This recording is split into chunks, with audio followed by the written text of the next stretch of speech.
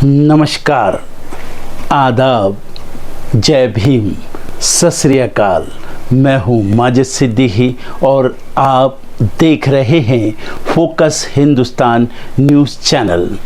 आज की ख़ास खबरें सब्सक्राइब करें, लाइक करें, शेयर करें।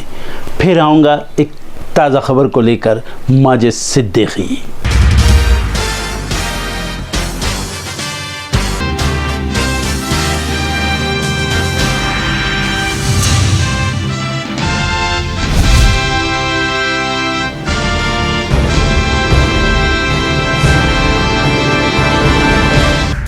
मिशन दक्षिण पर बीजेपी आज पीएम मोदी तेलंगाना और आंध्र प्रदेश के दौरे पर जाएंगे। मन की बात का आज 107वां एपिसोड। पीएम मोदी देश विदेश के लोगों के साथ साझा करेंगे विचार। एमपी चुनाव का घमासान जारी। इंदौर के कांग्रेस नेताओं को आया भोपाल से बुलावा। आज उम्मीदवारों को दी जाएगी मतगणना की ट्रेनिंग। तेलंगाना में विधानसभा चुनाव प्रचार के लिए राजनीतिक दलों ने झोंकी ताकत। कांग्रेस और बीजेपी के दिग्गज करेंगे रैली। 30 नवंबर को होगी वोटिंग। बिहार में गरमाएगी सियासत। पटना में जेडीयू की भीम संसद का आयोजन। महंगाई भत्ते को लेकर लगेगी मुहर। आज संविधान दिवस पर विज्ञान भवन में होगा भव्य कार्यक्रम। उपराष्ट्रपति जगदीप धनखड़ होंगे मुख्य अतिथि। आचार संहिता उल्लंघन मामले में बीआरएस नेता केटीआर को ईसी का नोटिस। कांग्रेस ने की थी शिकायत। 1 महीने से गैस चैम्बर में जीने को मजबूर दिल्ली के लोग। दिल्ली एनसीआर की हवा भी सांस लेने के लायक नहीं। AQI 500 के पार। आज से फिर बदलेगा मौसम। छाएंगे बादल। कई राज्यों में बारिश के आसार। दिसंबर से बढ़ेगी ठंड। ऑस्ट्रेलिया के खिलाफ आज होगा दूसरा T20 मुकाबला। ग्रीनफील्ड स्टेडियम भिड़ेगी दोनों टीमें। संघर्ष विराम के बीच हमास का दावा। कहा इजरायली सेना ने वेस्ट बैंक में 6 फिलिस्तीनियों को उतारा मौत के घाट। नॉर्थ कोरिया ने दक्षिण कोरिया के साथ 5 साल पुराने सैन्य समझौते को किया निलंबित। जासूसी सैटेलाइट के प्रक्षेपण के बाद उठाया गया है कदम। पेरिस के स्टेनर शहर में लगी भीषण आग। 3 महिलाओं की गई जान। 1 बच्चा समेत 7 लोग घायल। हमास ने इजरायली बंधकों को किया रिहा। 4 विदेशी नागरिक भी हुए मुक्त। गजा युद्ध विराम के बाद भी नहीं थम रहा इजराइल का हमला। IDF ने लेबनान में UNIFIL को बनाया है निशाना। मार्च से शेयरों का खरीद बिक्री के दिन ही निपटान होगा। सेबी चेयरपर्सन ने कहा पूरी तरह से वैकल्पिक होगी नई प्रणाली। सर्विस बुक में पहली बार दर्ज जन्मतिथि संशोधन नहीं की जा सकती। इलाहाबाद हाईकोर्ट का अहम फैसला। देश भर में 15.5 करोड़ किसानों का ऋण का बोझ। 21 लाख करोड़ का है कर्ज। तमिलनाडु में सर्वाधिक। परिवर्तन निदेशालय ने गोवा में 39 करोड़ रुपए की संपत्ति जब्त की। जमीन हथियाने से जुड़े मामले में हुई है कार्रवाई। दिल्ली मेट्रो के यात्रियों के लिए जरूरी खबर। 26 नवंबर को प्रभावित रहेगी Delhi metro. Blue line train सेवा को रखरखाव के काम के लिए किया गया है बंद। 26/11 एक ऐसा हमला था मुंबई के ऊपर। ये हमला मुंबई पर नहीं था। यह हमला देश की फिनेंशियल कैपिटल आर्थिक राजधानी मुंबई पर था, यानी देश पर हमला। इस प्रकार से हमला करके देश की अर्थव्यवस्था को उद्ध्वस्त करने की साजिश थी। उसमें बहुत से निरपराध लोग मारे गए।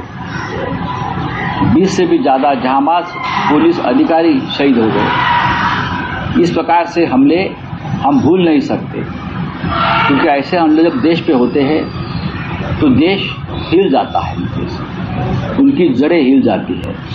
जब मुंबई पे हमला हुआ तब ऐसा ही हुआ था। उससे हमने सबक लेने चाहिए और हमने ले लिया है। मुंबई की रक्षा करनी चाहिए। मुंबई जैसे शहर है उनकी रक्षा करनी चाहिए। मुंबई को कमज़ोर करने की साजिश इस प्रकार से अंतर्राष्ट्रीय स्तर पर हो रही थी और आज हमारे दिल्ली के लोग भी कर रहे हैं। हम देख लेंगे। इसकी वजह से इतना बड़ा हादसा हुआ। यही हम बीजेपी गवर्नमेंट सिक्योरिटी को प्राइवेटाइजेशन कर दिया। किस तरीके से देखते हैं? देखिए, अब जिस तरह से सिक्योरिटी का प्राइवेटाइजेशन हो रहा है उसमें मुंबई जैसे शहरों को सबसे बड़ा खतरा है। मुंबई का खतरा कायम है, लेकिन कश्मीर भी खतरा है।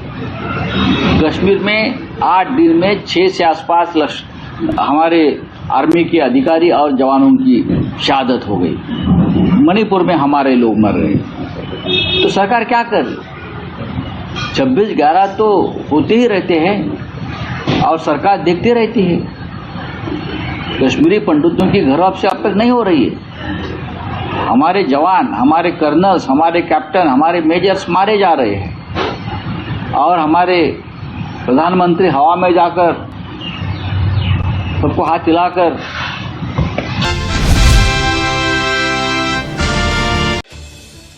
इन तस्वीरों को देखिए। ये तस्वीरें हैदराबाद से सामने आ रही हैं, जहां कांग्रेस सांसद राहुल गांधी पहुंचे हैं। लगातार 5 राज्यों के विधानसभा चुनावों की तैयारियों में जुटे कांग्रेस सांसद राहुल गांधी का फोकस तेलंगाना पर है। इसी बीच राहुल गांधी हैदराबाद पहुंचे, जहां राहुल गांधी को देखने के लिए भारी संख्या में लोग मौजूद थे।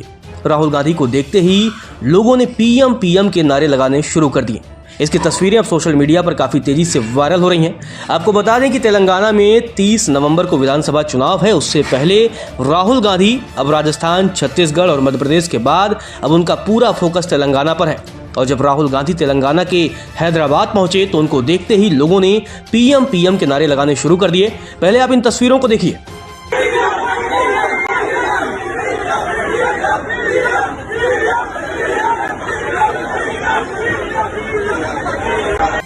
गौरतलब है राहुल गांधी लगातार एक्टिव मोड में हैं और कांग्रेस पार्टी के लिए लगातार वो प्रचार कर रहे हैं। इसी बीच वो हैदराबाद पहुंचे थे, जहां उनको देखने के लिए भारी संख्या में लोगों की भीड़ मौजूद थी।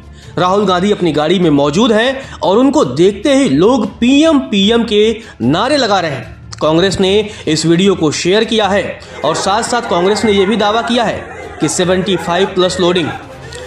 अब ये तस्वीरें काफी दिलचस्प हैं, क्योंकि 4-5 महीने बाद ही लोकसभा के चुनाव हैं और उससे पहले राहुल गांधी की तस्वीरों को लेकर के, राहुल गांधी के इन वीडियोस को लेकर के काफी चर्चा हो रही है। सियासी गलियारों में उसकी काफी चर्चा है।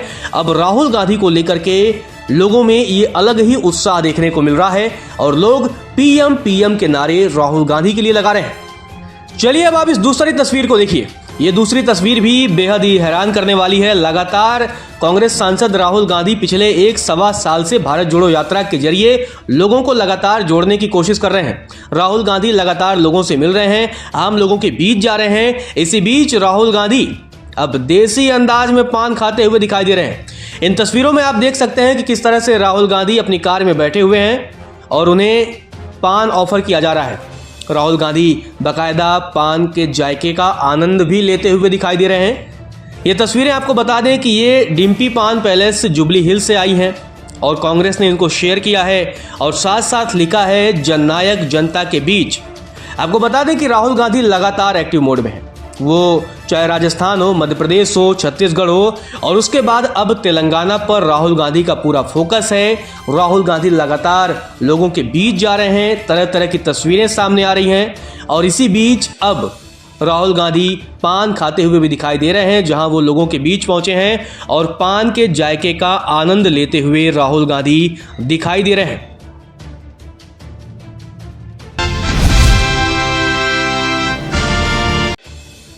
राजस्थान विधानसभा चुनाव में मतदान के बाद सियासी गलियारों में सत्ता परिवर्तन के ट्रेंड का चर्चा हो रहा है। दरअसल वोटिंग का फीसदी भी यह बताने में कामयाब रहता है कि कौन सी पार्टी सत्ता में आएगी। पिछले 4 विधानसभा चुनाव से ऐसा ही देखने को मिल रहा है। वोट फीसदी यदि 3 से 6% तक बढ़ता है तो फायदा भाजपा को मिलता है। वही वोट फीसदी 1% तक अगर कम हुआ तो कांग्रेस की वापसी होती है। यह एक पैटर्न है जो 1998 के इलेक्शन से लगातार देखने को मिल रहा है। इसीलिए राजस्थान में वोटिंग का घटना या बढ़ना काफी हद तक रिजल्ट की दिशा तय कर देता है।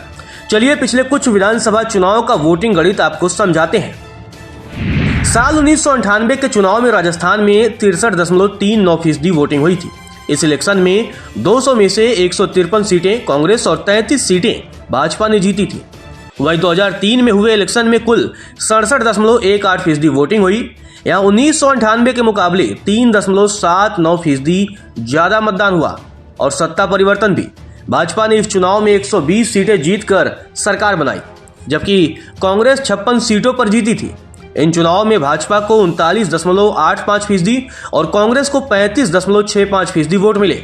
साल 2003 की तुलना में 2008 के चुनाव में वोटिंग फीसदी 0.93% कम रहा। वोटिंग परसेंटेज गिरने से भाजपा की सीटें भी कम हो गई। साल 2003 में जहां बीजेपी को 120 सीटें मिली, वहीं 2008 के चुनाव में वह 78 सीटों पर सिमट गई, जबकि कांग्रेस 56 सीटों से बढ़कर 96 सीटों पर पहुंच गई।